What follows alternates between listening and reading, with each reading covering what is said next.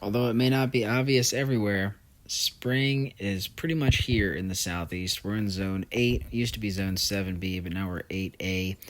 I'm in central northern North Carolina, not too far from Durham. And anyway, spring is here. You can see the winged elm are blooming, the daffodils are blooming, and the red maple are also blooming. These are the first signs of spring. For me, once the daffodils and the red maples start, it really feels like spring. But something interesting you might not know is that a few weeks before any of these plants bloom, the hazelnuts actually start to bloom. They're almost a wintertime blooming plant. They have very, very cold hardy flowers, and they are a type of plant that has male and female flowers. Here are the male flowers that are releasing the pollen. I think they look really pretty dangling down in the late winter, the little hazelnut catkins. The female flowers are more elusive and harder to spot. They're very small. You can almost see one there at the tip of my finger. We'll zoom in on one in a second. But they're very small and they're pink, and each single female hazelnut flower has the potential, if pollinated, to turn into one single hazelnut at the end of the season. So it's interesting to think, here's the female hazelnut flower here. It's interesting to think that in the late winter, very early spring, already the beginnings of the fall harvest season are right here happening, playing out in front of our eyes if we are able to look. It's really hard to get the camera to focus on these little teeny tiny flowers, but there they are. Depending on where you're at in the world, it might be too late to witness these, or they may not have popped out yet.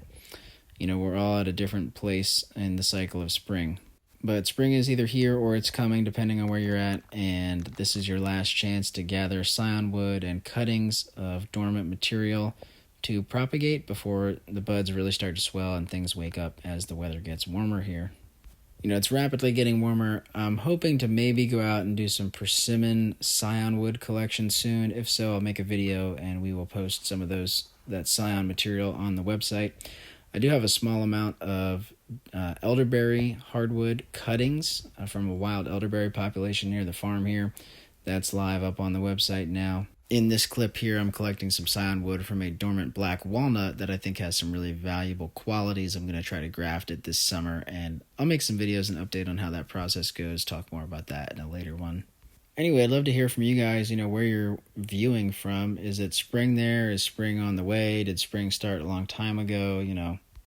More signs of spring today. I actually saw the first dandelion. I'm pretty sure that's what this is, a dandelion. I don't see any leaves. I just literally see the flowers sticking up.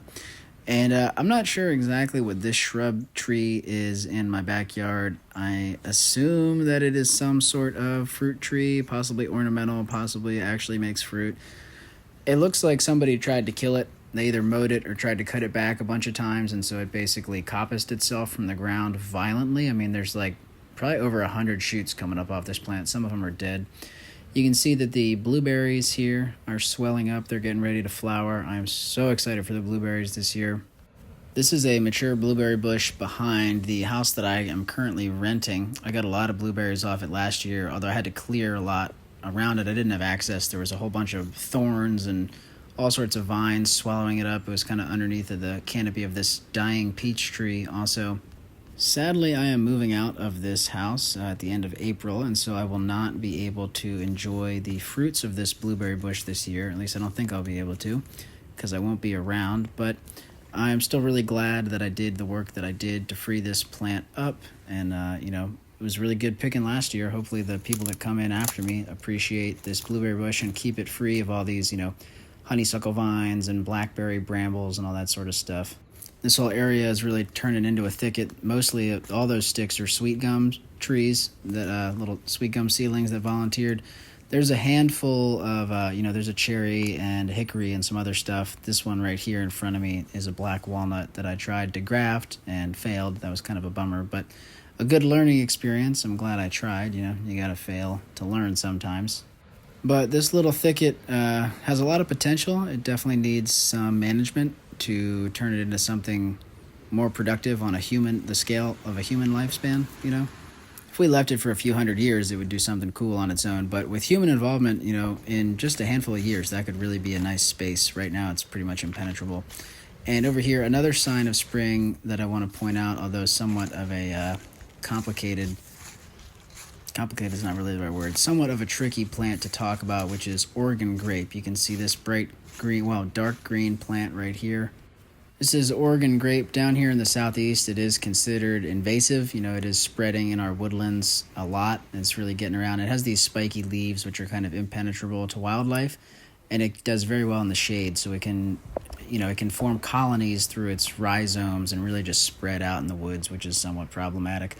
I grew up further in the north where it doesn't spread as easily, and these are landscape plants that I've always loved, so I don't know, I have a mixed relationship with this plant. I really don't know how this one got to this spot in the yard, but it was here when I got here. Only a few more weeks, maybe a month or so left of being able to see through the woods like this. The leaves will be back before we know it, maybe a little bit longer than that, but before we know it, you know, this is going to be a wall of green, and the woods will no longer be see-through. Been making a lot of videos about scrap metal and junk cleanup on farms recently, and this is something I haven't really been able to tackle on this property yet. I just haven't had the time, but there's a lot of trash here too. Some scrap metal, some trash. It's just a bummer that that's something you got to deal with everywhere you go. But one last interesting thing, little tulip poplar buds swelling up, getting ready to leaf out. You might think that was a tree, but this is actually just a branch that fell off of a tree above me.